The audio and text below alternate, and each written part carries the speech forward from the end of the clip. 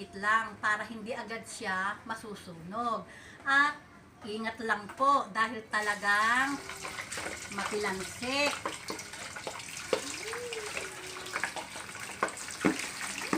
Wow.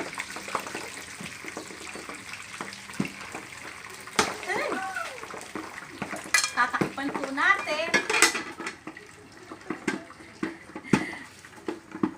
Ayan, liligan po natin ng pabigat. Kasi talagang napaka ano niya, sumasako yan. Matilansik po talaga siya.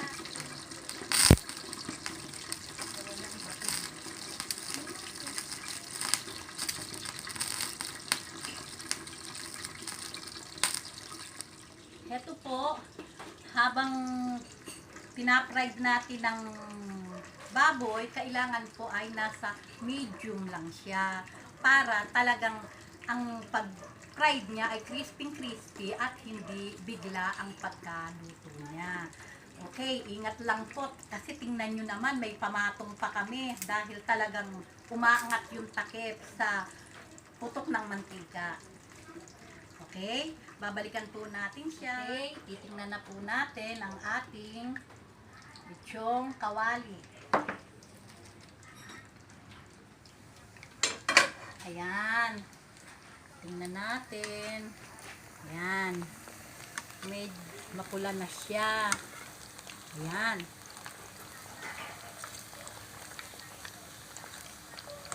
Ayan. Tapos po, ayan, maganda ito. Ako kasi, pag naglilit yung kawali, dinidiligan ko po siya ng tubig. Ayan. Para maging crispy siya talaga. Ayan. Ayan. Bayaan lang po natin siya. Yung po kasing iba, pag naglilit yung kawali, nagdadalawang salang sila. Pag half cook na, hinahango, tapos ibinabalik. Eh, na-experience ko naman po, parehas lang. Crispy din naman, kahit na tuloy-tuloy ang pagpiprito.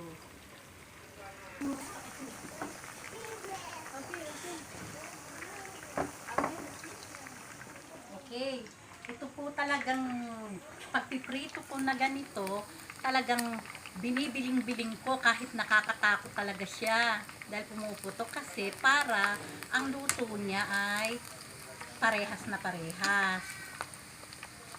Hindi sunog ang ilalim, hindi sunog ang ibabaw. Oh, maya-maya lang ho, crispy na yan.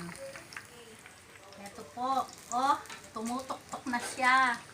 Ayan, oh, kahit nasa ano pa, nadidinig nyo, ayan.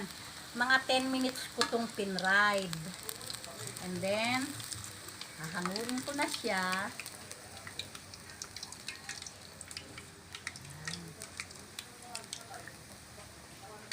Okay, heto na ang lechong kawali. Tingnan nyo naman, no? Kung gaano siya ka-crispy. Talagang malutong na malutong. Hihiwain natin ng tingnan natin kung gaano siya kalutong. Tingnan mo. Oh. Talagang